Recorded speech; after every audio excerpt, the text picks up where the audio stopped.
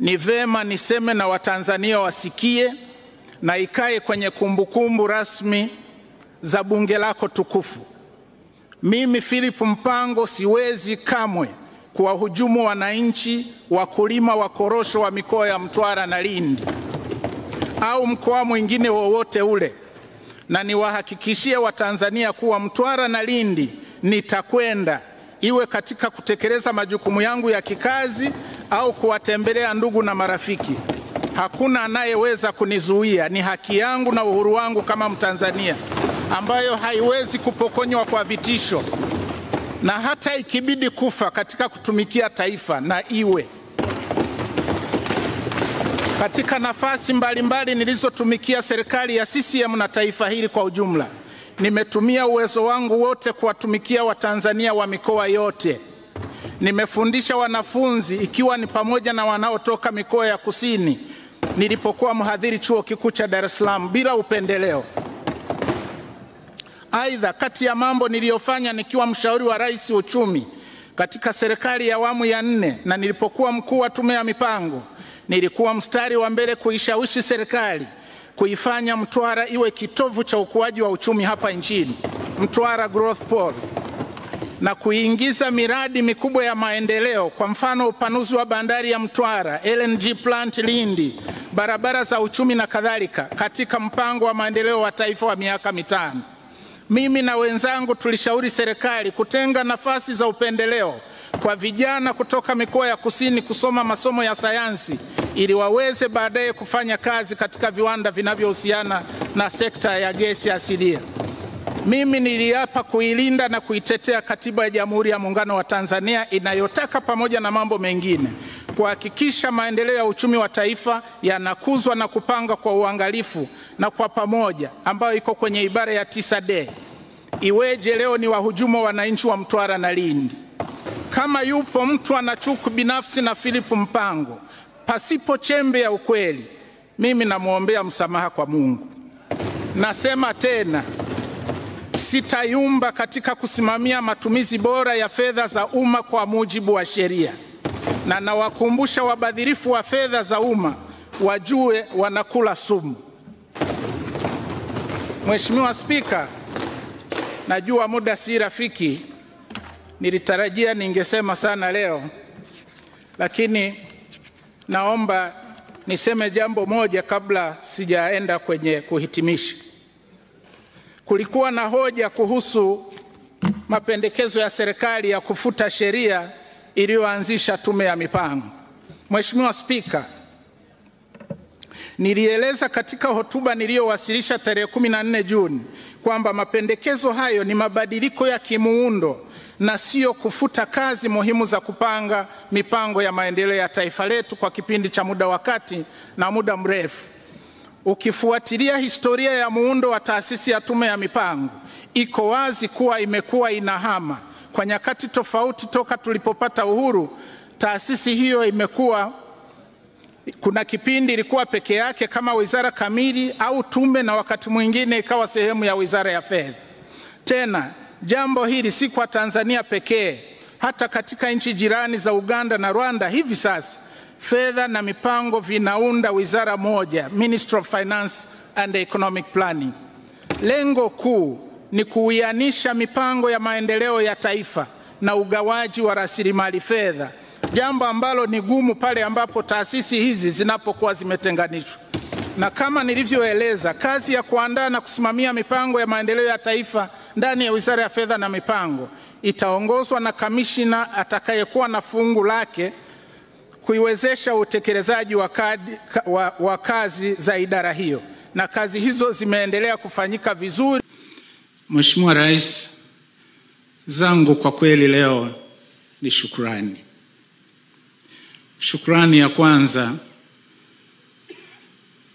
napenda nitumie nafasi hii kumshukuru sana Mwenyezi Mungu aliyetuwezesha kuifikia siku hii, akatupatia afya njema, ameliwezesha tukio hili, lakini pia alitupatia nchi nzuri sana ya Tanzania na akatupa kazi kwamba tuitunze ili na yenyewe itutunze. Tunamshukuru sana sana Mwenyezi Mungu. Mheshimiwa Rais, mimi sikuota wala sikutarajia kabisa kwamba mimi mtoto wa masikini kutoka kwetu Buhigwe kule ningepata nafasi ya kutumikia taifa letu katika nafasi ya makamu wa rais. Mheshimiwa Rais, asante sana, sina maneno ya kukushukuru. Lakini napenda nikuahidi wewe kuwa nitakuwa msaidizi mwaminifu na mtiifu, lakini pia mzalendo wa kweli kwa nchi yangu. Wiki hii Wakristo wanasherehekea, tunaita Juma Kuu, na hasa siku ya kesho ndiyo siku mtu anaitwa Yuda Iskariote kwenye Biblia alipomsaliti Yesu kwa vipande 30 vya fedha. Mheshimiwa Rais, sitakuwa kama huyo Yuda.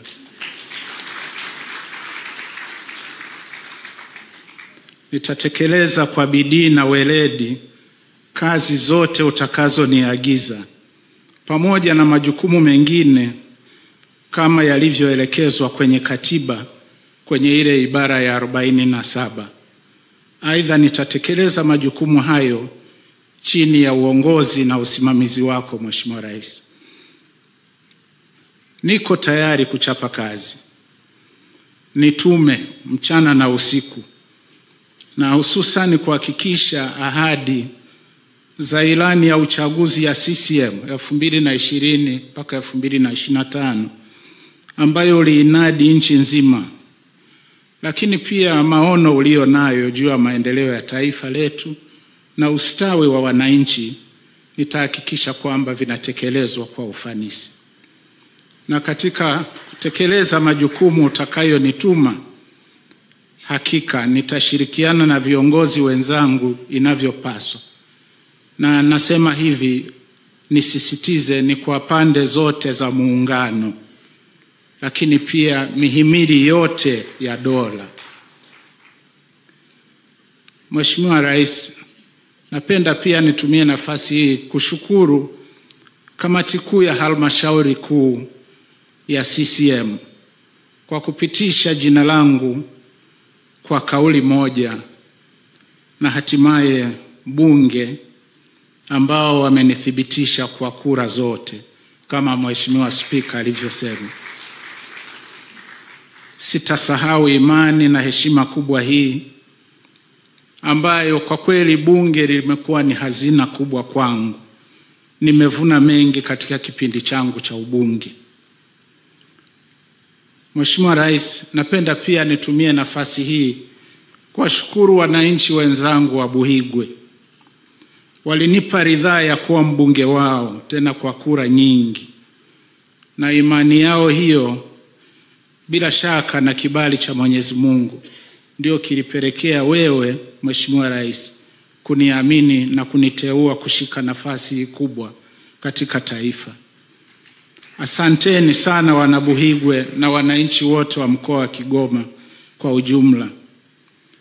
Isipokuwa naomba nitumie nafasi hii kutoa rai kwa hao ndugu zangu, na nimefurahi kwamba wabunge wa Kigoma wako hapa.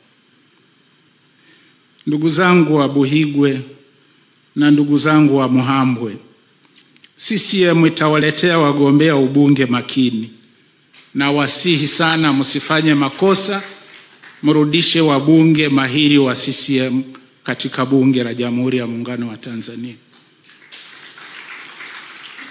Mheshimiwa Rais, nataka pia niwashukuru Watanzania wote, kwanza kwa kudumisha umoja na amani na mshikamano wakati wote, lakini nawashukuru kwa namna ya kipekee kabisa walivyokupongeza rais wetu uliposhika hatamu za uongozi wa nchi yetu kwa uhodari kabisa katika giza nene la msiba wa kuondokewa na aliyekuwa rais wetu hayati Dr. John Pombe Joseph Magufuli. Mheshimiwa Rais, tunakuombea afya njema na maisha marefu. Watanzania sasa hawana hofu tena chini ya uongozi wako. Lakini napenda niwasihi wa Tanzania waendelee kukuombea, lakini pia na mimi mtumishi wao wasinisahau, waniombee ili niweze kukidhi matarajio yao ya makamu wa rais wanayemtarajia, anayemtii Mungu, makamu wa rais anayechapa kazi, makamu wa rais mnyenyekevu, makamu wa rais anayesimamia maslahi ya wananchi wanyonge kwa nguvu zote. Mheshimiwa Rais, naomba nimalize. Naomba pia nishukuru familia yangu wakiongozwa na rafiki yangu, mke wangu mpenzi Mboni Mpae, lakini pia jamaa na marafiki, ikiwemo familia ya Wizara ya Fedha na Mipango. Wamekuwa wakiniombea kwa Mungu na kunisaidia nyumbani na kazini. Ninasema Mungu awabariki wote. Mheshimiwa Rais, baada ya shukrani hizi, sasa naomba unitume kazi. Niko tayari. Asante sana Mheshimiwa Rais kwa nafasi hii. Tumpigie makofi mengi sana Mheshimiwa Dr. Philip Isdori Mpango, Makamu wa Rais wa Jamhuri ya Muungano wa Tanzania. Umenikumbusha yale maneno ya Biblia, ni mtume nani unitume mimi, nitume Bwana.